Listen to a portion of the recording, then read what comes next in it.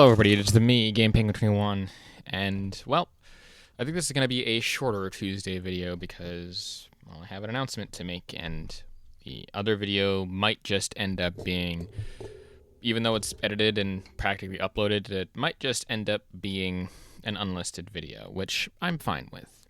Because at the same time, while that video was at least okay to produce, at the same time, for, the reasons of me actually being in depression, I think that I'm going to scrap it and put it up on the Patreon if you really care to hear me ramble about some other stories that happened a few weeks before this. But I wanted to keep this video a little bit more relevant, a little bit more short, and talk about 3 different distinct mini things that happened this week. And that has to do with Concord as well as some God of War Ragnarok stuff, and a couple of VR things, as well as a couple of smaller stories that I don't see many people talking about. So with that being said, if you like what it is that I do, want to support me in any other way, shape, or form, links to everything in the description below. A like and subscribe is always lovely to see. Please do so, and hit that bell if you want to notify you whenever I upload a new video. With that being said, let's get started. Now, Final Fantasy 16, or the newest Final Fantasy, whatever number it is, and God of War Ragnarok have now officially been released on the PC. We'll get into more of like the actual reviews and stuff towards the end of this video. It's kind of like a through line, so it's going to loop around and back to itself. But one of the interesting things that was brought up during this conversation was, of course, Excision basically saying, why buy a PS5 when PS3 can run natively emulation style? Where that generic Eric basically comes back with if you use an emulator, the software isn't running natively. An emulator emulates other hardware, which usually requires tons more power than the device being emulated. Now, I'm not sure specifically how emulation actually works, but I don't think that it actually requires a ton more power, because that's, again, not how emulation works, at least to my knowledge. Again, looking up the power requirements, as he said before, I don't think that's the power requirements specifically for your PC. That's the power requirements that have been needed for the actual box that came with the actual, thing.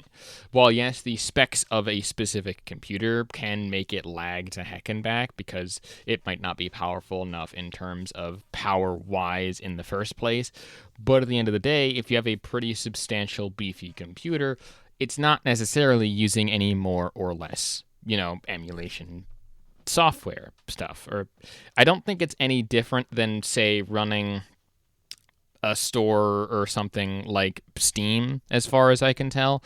Again, the most powerful computer in the world can run basically anything if you really throw it at it.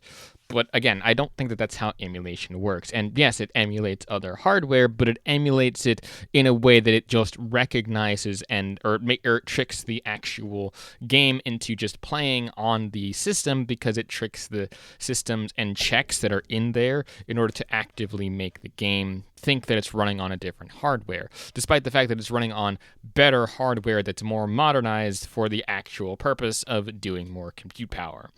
So, in essence, while yes, emulation is a little bit of a roundabout way and might very, very rarely in some cases require more power, the majority of the time, no, it doesn't, because that's not how this emulation stuff works.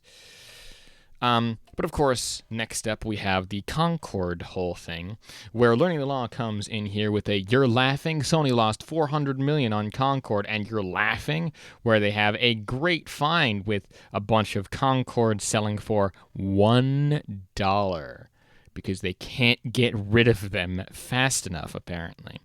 So they're just like collector's things now, especially since they shut down the actual servers and things. That person you love to hate then comes in with The Last of Us Part 2, costs around $220 million to make. So the company that made that masterpiece, decides to spend almost twice that amount for Concord, and this makes sense to you, where the person is just kind of questioning this. And I don't think that it's a question as to why or how or whatever. This $400 million has been kind of thrown around, and we're taking this specifically from one source, namely Colin Moriarty, who is a trustworthy journalist, but again, I don't think that it's actually that amount. The original 200,000 point that we had before seems to have been the correct amount, but again, I think that's just me putting on a conspiratorial hat at this point. Colin Moriarty basically spoke to someone apparently at Concord, allegedly, who said that there was a, quote, toxic positivity environment to basically anything that happened to do with Concord. Anyone involved in the project wasn't able to give any substantial criticism, hence why the game itself looked the way that it did. Now, I'm not too certain on this actual point, and I'm not going to say that 110% this $400 million is the figure at the end of the day.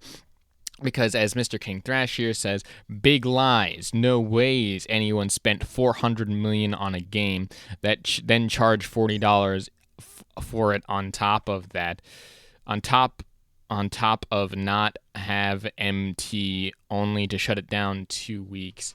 Absolutely no way this is true. Stop believing uncertified information. And I agree, don't believe this supposed expert that was within the actual thing. Again, this is a Colin Moriarty, and this is more of a secondary source, or a source that is secondary, i.e. Colin Moriarty is the secondary source. He might have primary sources, but with the specifics that he gives, it's very hard for me to convince myself that this $400 million was actually accurate. But let's just assume that it is. I do believe that this, at least in some regards, does mean some of the things that have been talked about and have been criticized for Sony over the past couple of years does make at least some semblance of sense. That is bumping up the prices of everything, bumping up the price of the PlayStation 5 Pro, as well as bumping up the price of some of their other ventures in the gaming sphere for specifically PlayStation. Again, that to me just makes at least some sense, but again, it doesn't justify everything.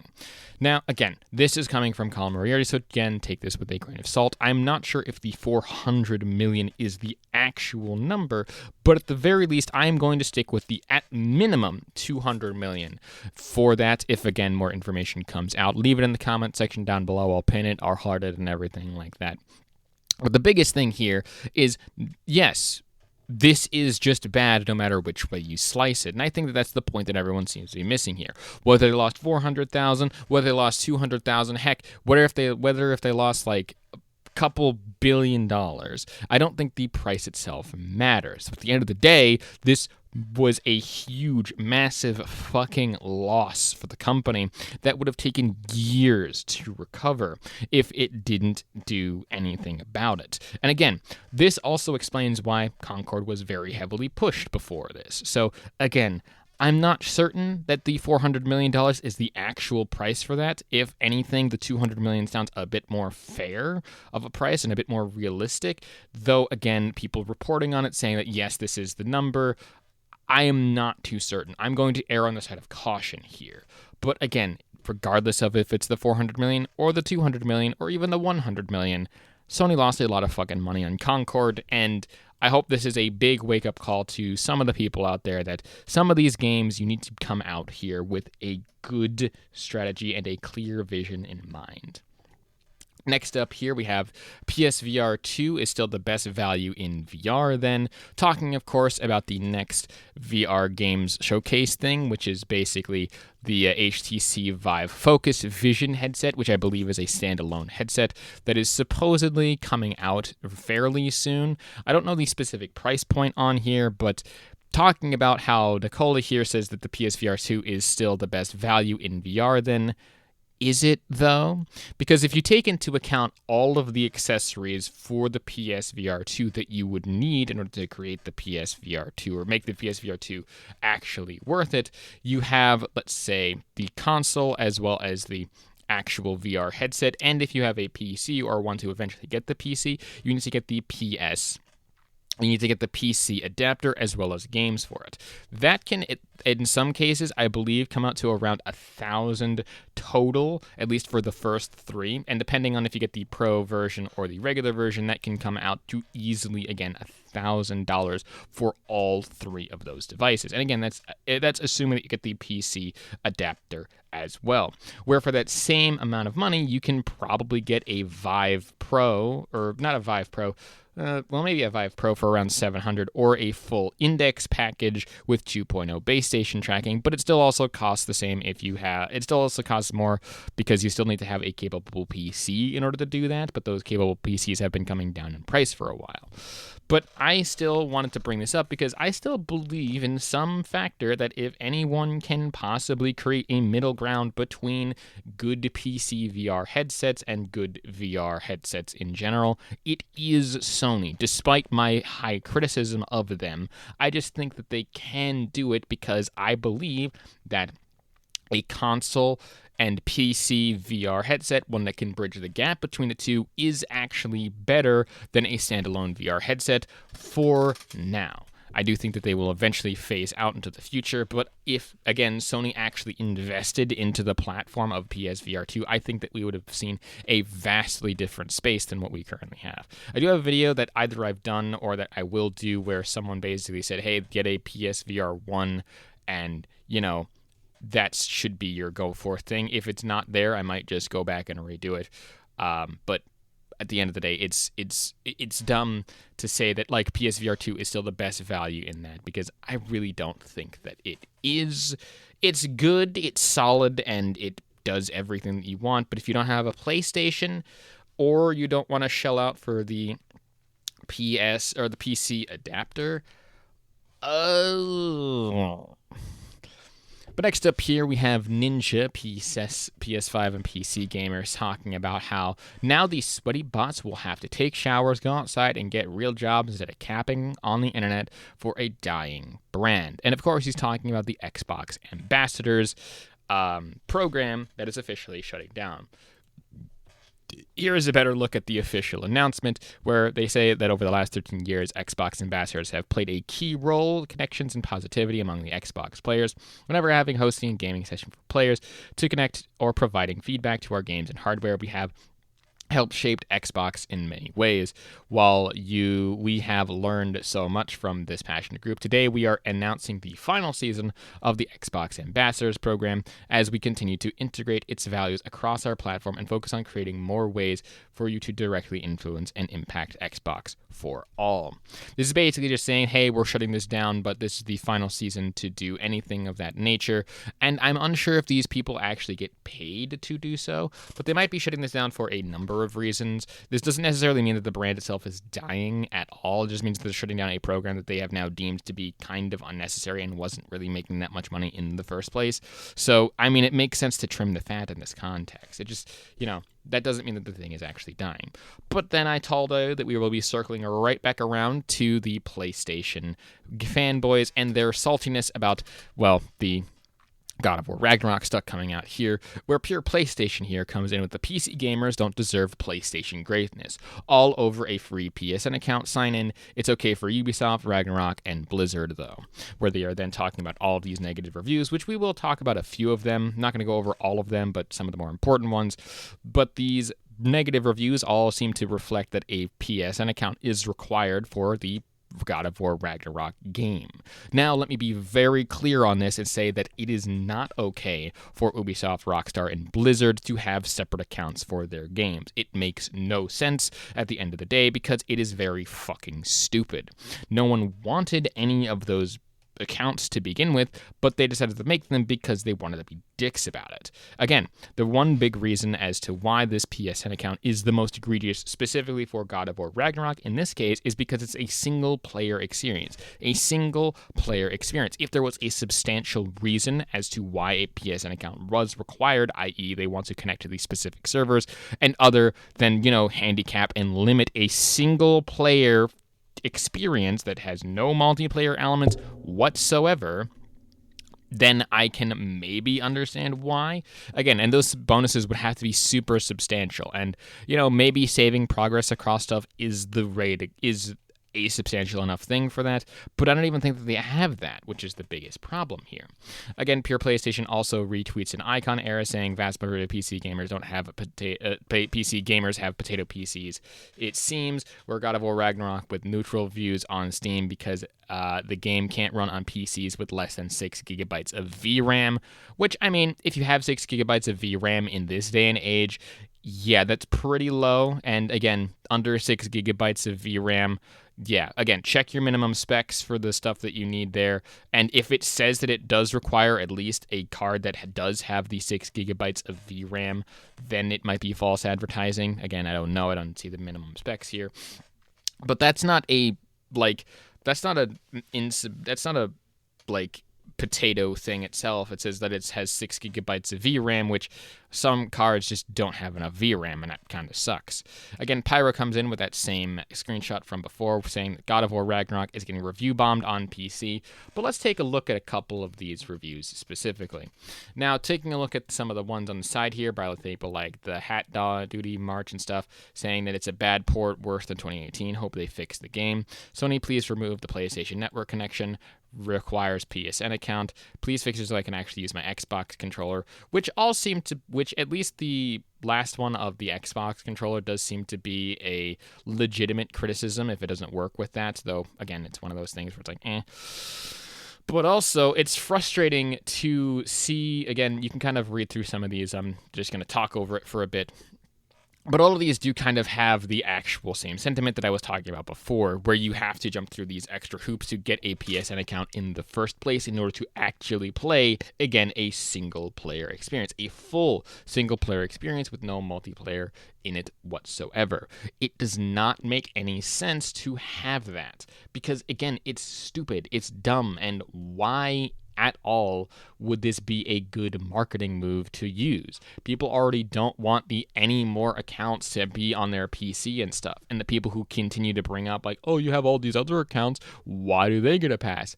They don't. We heavily criticize a lot of them as well in the PC space, if you were paying any of the fuck attention when these people decided to do it in the first place. It wasn't good back then, and it's still not good now. And you keep answering your own question. We don't want any more accounts. We don't want any more of these other people bringing their games off of those platforms that we have come accustomed to. And if they don't offer anything substantial, that game sells less overall if it's exclusive to it. If anything, have you seen, say, the Epic Games Store debacle and have been following that for a while? That does require a separate account that not everyone really wants. I think that I actually don't. I think that the only reason why I even still have it is because there are 1 or 2 games on there that I might go over to play, but I haven't used my Epic Game Launcher account in fucking years at this point because it's unnecessary in my eyes. But I think that'll about do it for this episode of I Ran Into a Microphone for a while about some of the stories and things that other people have been making more substantial stuff on. If you want to actually watch the bonus video that I'm going to have out for you this week, links down to that in the Patreon below, or I think I can actually post it onto the Kofi for a number as well. I'll probably post it there too, just so you have a choice of where to give me money for. It's totally not necessary and was just from older videos for it in a while. But the bigger announcement of things happening now is that I'm probably going to be uploading a fair bit less because I have now gotten an actual job. So, yeah, I know that I've been very consistent for the past, year and a half that I've been, trying to keep up with the whole commentary stuff, but, this is not paying any of the bills and it's not bringing in any income, and that kind of sucks. Plus, I'm also offering other people to do editing work for them, and overall, out of everything right now, my life has kind of gone in through a kind of a transitional period. Overall, I don't think that I'm going to be making any other specific videos on it, just to announce you that if videos start to slow down for whatever reason, I'll try to keep you informed as best as I can here. The Salt content will continue, as there are a couple of other things that I am aware of, such as the Pal World drama, but I'm going to sit on that one for at least another week, and that one is going to come out. I do have another one, which is the retrospective on Season 3 for the finals. That one should be coming out Thursday. I did that one fairly quickly, just as a this is what I think of Season 3. I'm excited for Season 4 of the finals. I'm not sure if I'm going to be participating in it as much, but overall, I am just so happy to be, out of that whole depressive period. But again, if you want to hear me with the other stories and more bonus stuff, links down to everything there in the description below. In any case, my name is GamePenguin21. Thank you all so much for watching. Please like, comment, favorite, and subscribe, and a peace off.